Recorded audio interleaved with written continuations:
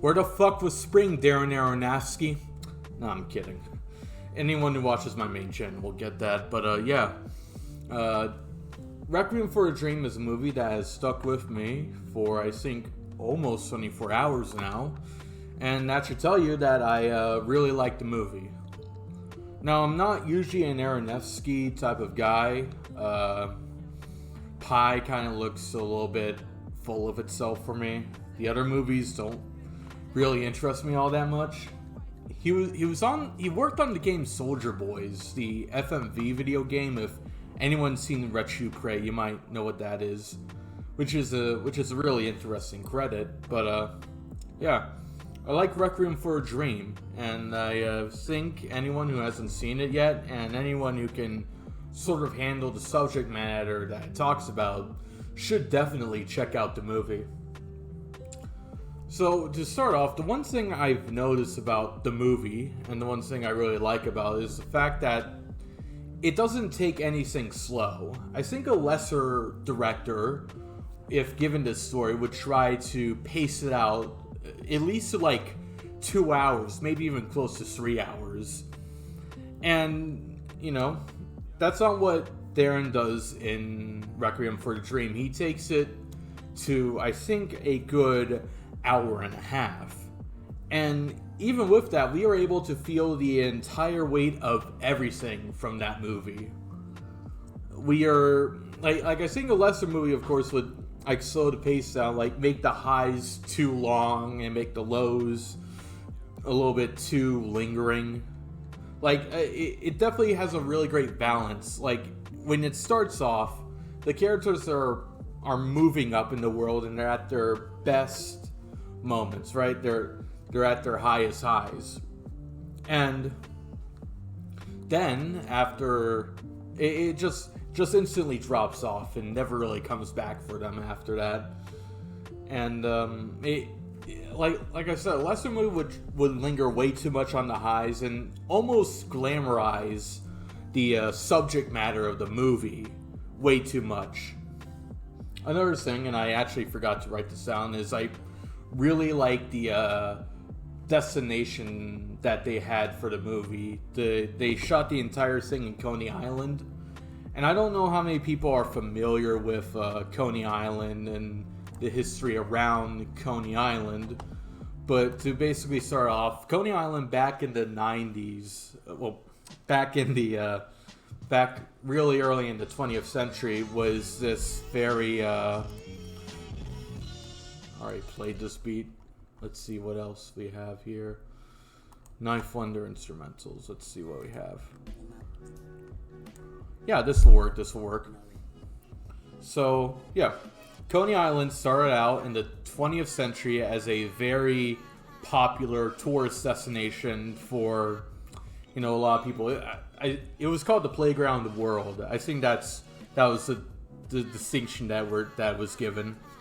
And for a really good reason. You see, Coney Island was pretty fast and loose with it, even back in the day. Like, even for back in the day, there's a lot of stuff that I don't think would be considered personally okay, even in like before the 90s, you know what I mean? Like, I think maybe after the 90s, something like that would be kind of more alright, but this stuff before the 90s, it was very seedy, you know what I mean?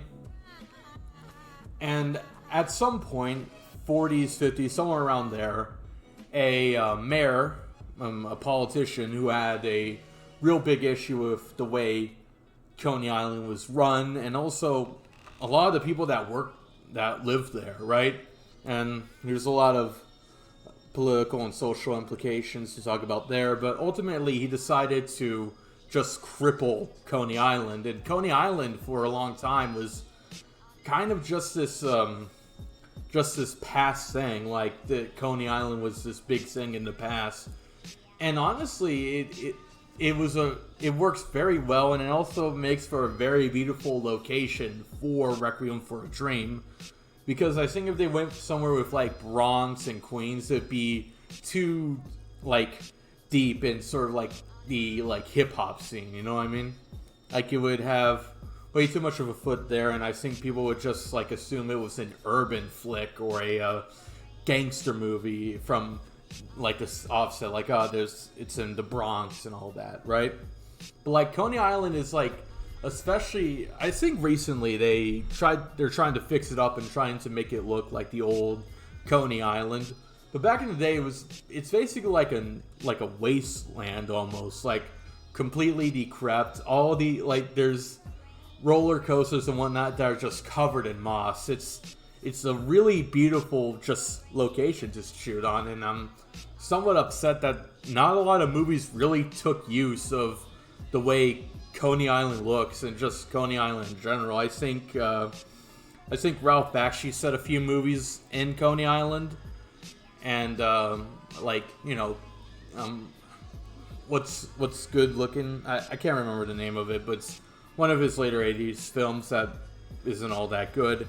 And his last film, the final days of Coney Island, which honestly I think is an underrated gem, and I think at times kind of works in sort of Ralph Bakshi's work. And The Warriors, which I don't think really use Coney Island all that much. They didn't really do all that much with the location, just sort of the history, and really the entire thing. I'm not the biggest fan of The Warriors. It's not a bad movie, but it's just not something I really enjoy. But this movie uses Coney Island really good, and it really adds to sort of this almost foreign alien type of feel that Darren was trying to go for. Now, one of the things is definitely that I like is the characters in this movie.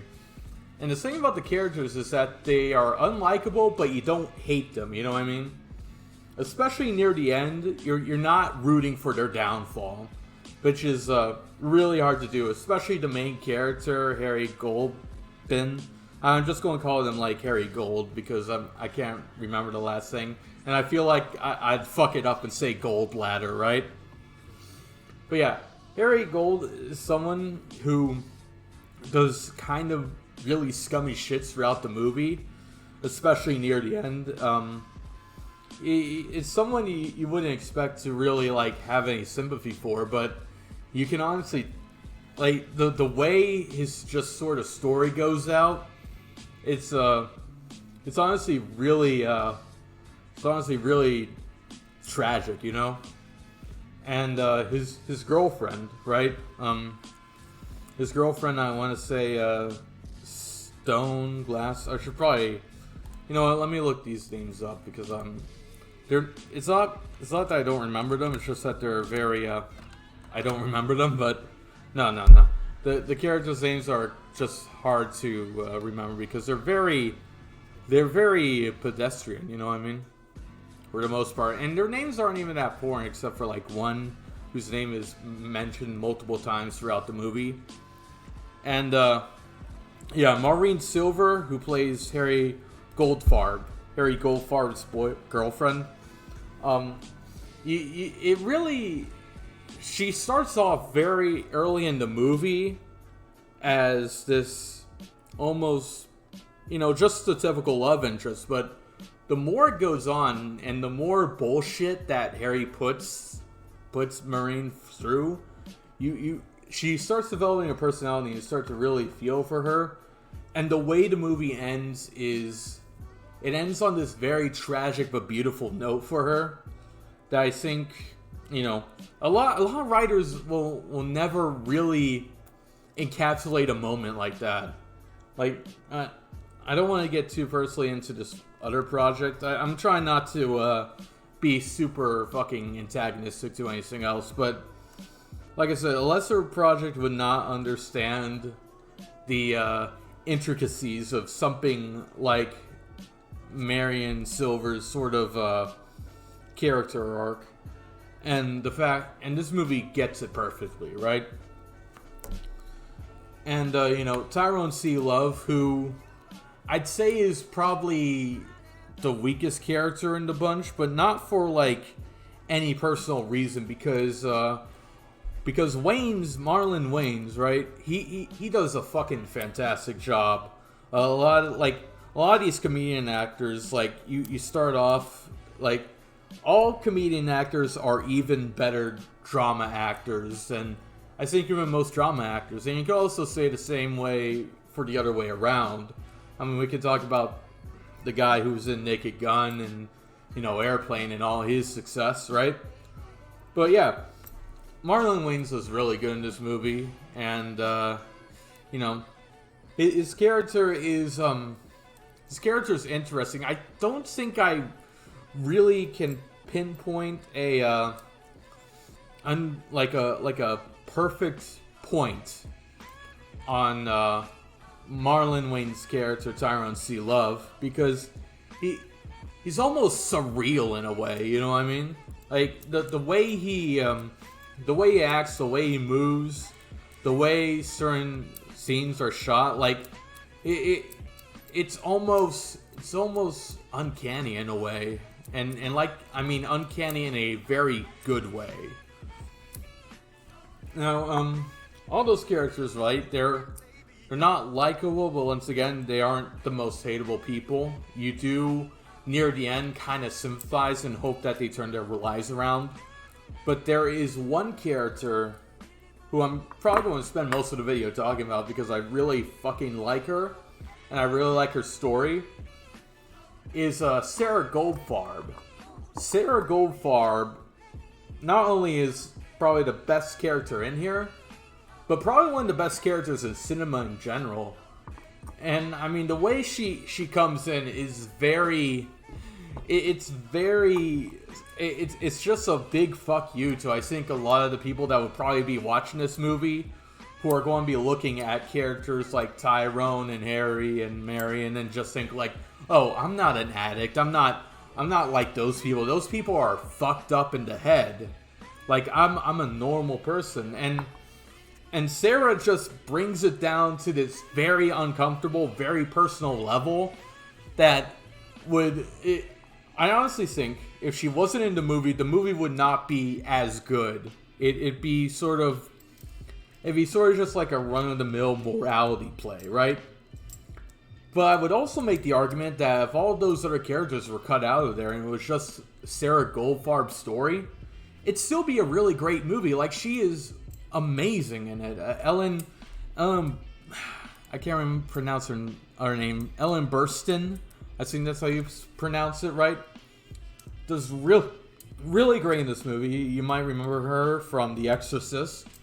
Alice Doesn't Live Here Anymore. Haven't seen that movie, but I might check out more of her stuff just because of this one, right? And she was snubbed for an Oscar, in my opinion. I think she should have won an Oscar for that thing. Like, she should have just won Best Everything for that fucking role, because she was incredible. Like, unbelievable. Like, she should have won every award for Sarah Goldfarb. I think the best way to explain it, I guess, maybe to a more modern movie audience that might not have seen this movie, is that, when we talk about the Joker, I think we compare him to sort of Martin Scorsese protagonist. We compare him to the Kings of Comedy, the guy in that, which is an obvious comparison and makes sense. And we, of course, compare him to Taxi Driver. But I'd honestly say that Sarah Goldfarb mirrors, like, Arthur's story from the Joker almost really too well, where I feel like I think the Joker took a lot more from that movie than maybe even the other ones, right? Because Sarah Goldfarb, like the Joker, has this sort of delusion in her head that she's going to be on TV and on this show called, I'm trying to remember, like, Juice. It's this weird, it's one half like a game show, and the other half this sort of paid programming, sort of like it's trying to sell you like a book and a DVD, and stuff like that. And it's a very reoccurring like themes throughout the movie, where Sarah imagines herself in the red dress that she wore to like her son's graduation, and being up there and being loved by millions. Like, her husband is dead. Her son's like a fucking drug addict who is basically left her, and she has really nothing else. I mean, I think the last time that she ever saw her son was like selling her TV to get crack money, right?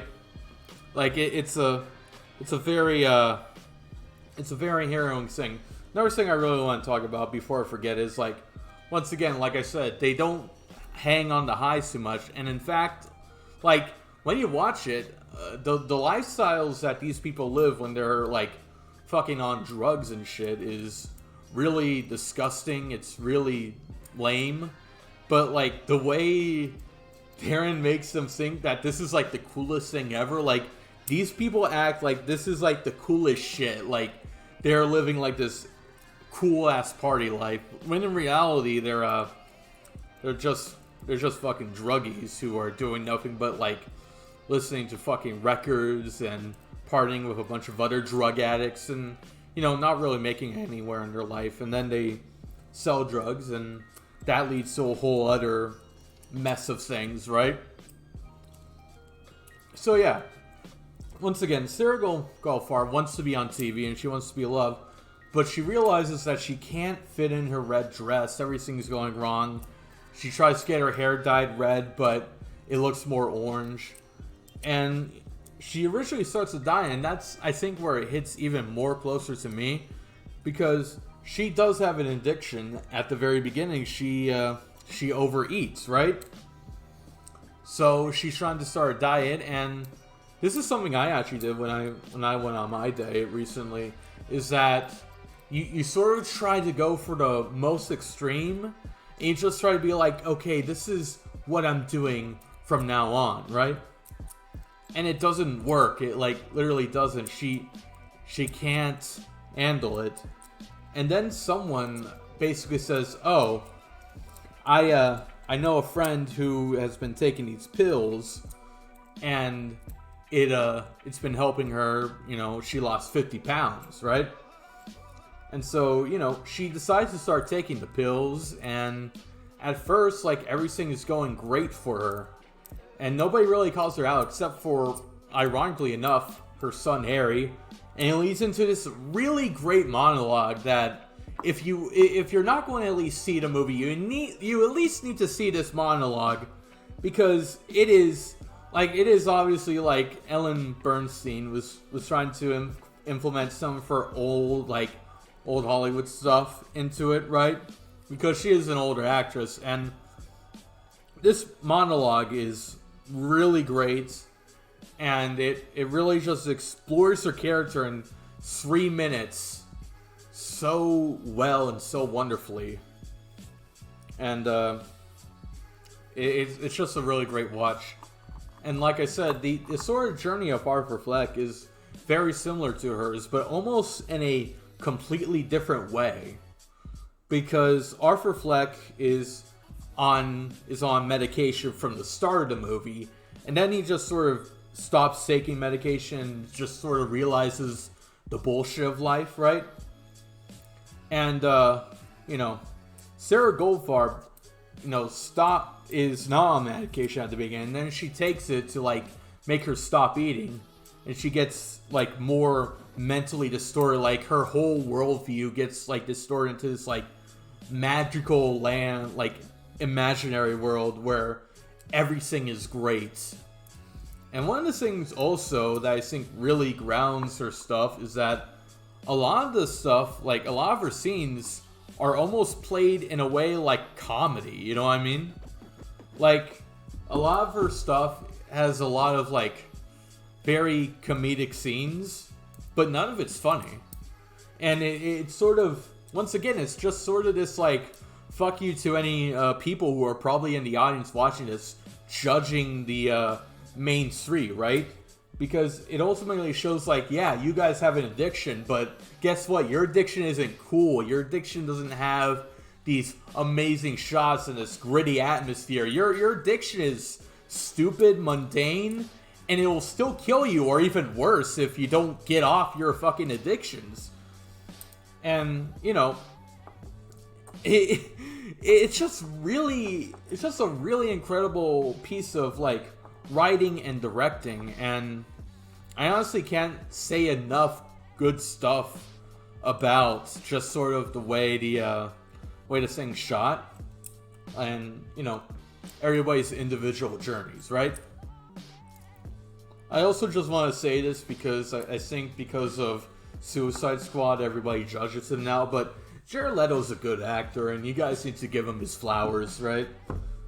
He's great in this movie. You know, like, I don't think really, like, the Joker, that was someone else's idea. I will not let go of the fact that he tried to do that dumbass fucking, you know, method acting thing. I think people who method act are kind of... I just don't like people who method act. I really think there's sort of an ego thing going on, and it's just kind of detaching from reality. Like, most actors are horrible fucking people. Most celebrities are. And they just try to disattach, like, I'm not this person now. I'm a better man and all this. And really, it doesn't even do all that much. You know what I mean? Like Christian Bale, like, his best work isn't even, like, it's not like a method acting piece. It's fucking American Psycho. Because American Psycho is just, like, is just a really good character, and Christian Bale's a really good actor.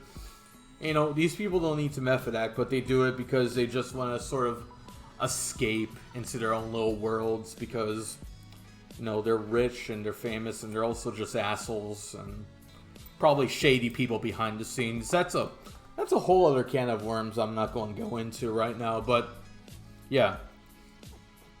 So yeah, Jared Leto's a good actor. He's great in fucking this. He's also really great in another movie with Nicolas Cage, another person you guys just overhate on, entitled Lords of War.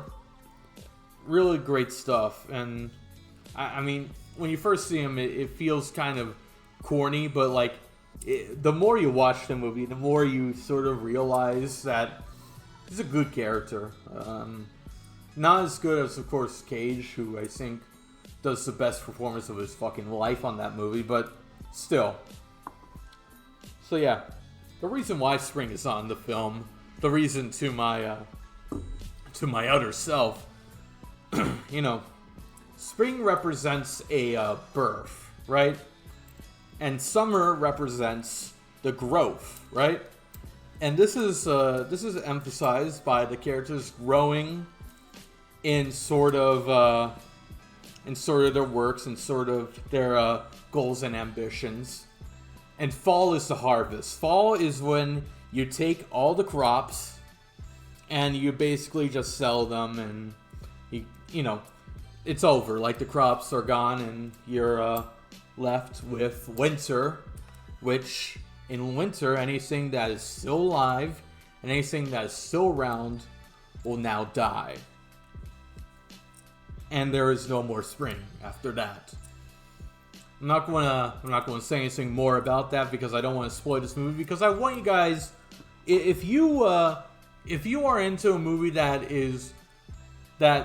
movies that don't have happy endings, if you're fine with a movie that isn't going to give you a happy ending, if you're fine with a movie that will in a way judge you, even if you don't feel like there's anything wrong with you, if you like movies with a good story, you know, good everything, and you're not like, what I'm basically saying is that if you can handle movies above fucking Marvel, I'd recommend Requiem for a Dream. It's a great piece of drama. It's a great piece of storytelling, and it does morality really well. I think a lot of people, when they try to do, like, morality stuff, they don't really understand the grasp of the situation. That's why it's so hard to, I guess Christian sense for me, to watch most, like, films that try to, like, come off as, like, these Christian morality tales. In reality, they're a bunch of Protestants who don't really understand life that well, and their stuff just comes off as sappy and emotional, and really doesn't have any, like, meat to it, you know what I mean? A movie like this understands, and it might not be the most, I guess most orthodox thing, right? Or the most, like, canon thing, or whatever the fuck, you know what I mean?